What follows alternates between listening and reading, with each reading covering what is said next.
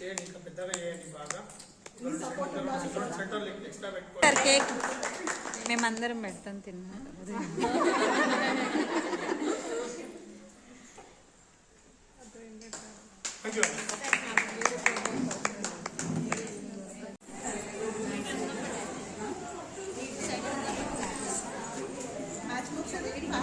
Cover అవుతుంది అందరు రండమ్మా, అందరూ ఇట్లా సైడ్కి వచ్చి వెనకాల నుంచి హైట్ ఉన్న వాళ్ళు వెనకాలకి రండి.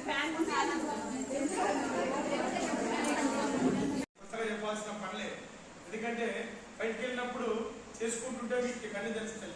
ఏదో మేము లీడర్లుగా మేమేదో చేస్తామని కాదు, అస్సలు లీడర్లు మహిళలు మీరే. ఎందుకంటున్నా అంటే పొద్దున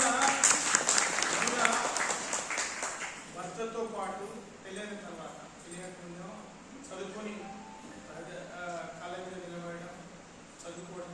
చదువు మోర్ ఇంపార్టెంట్. విద్య అనేది చాలా ముఖ్యం. విద్యతో ఉద్యోగాలు వస్తాయి, తర్వాత కుటుంబాలు బాగుపడతాయి.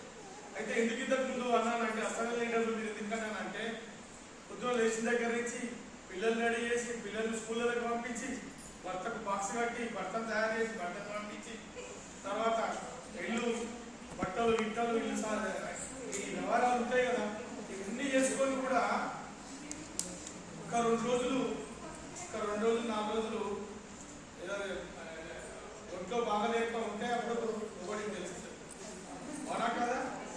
అయితే విషయం ఏంటంటే ఏది ఏమైనా మీరందరూ పిలవడం, మీతో పాటు పాలు పంచుకోవడం, కలవడం చాలా సంతోషంగా భావిస్తున్నా.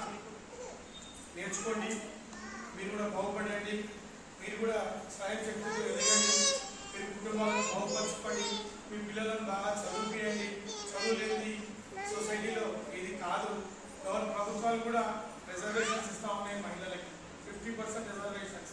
ఇప్పుడు ఇక్కడ కౌన్సిల్ ఎలక్షన్ జరిగితే, మన ఏదైతే హైదరాబాద్ నగర మేయర్ ఎలక్షన్ జరిగితే, జిహెచ్ఎంసీ ఎలక్షన్ జరిగితే 50% లేడీస్ రిజర్వేషన్స్ ఉన్నాయి.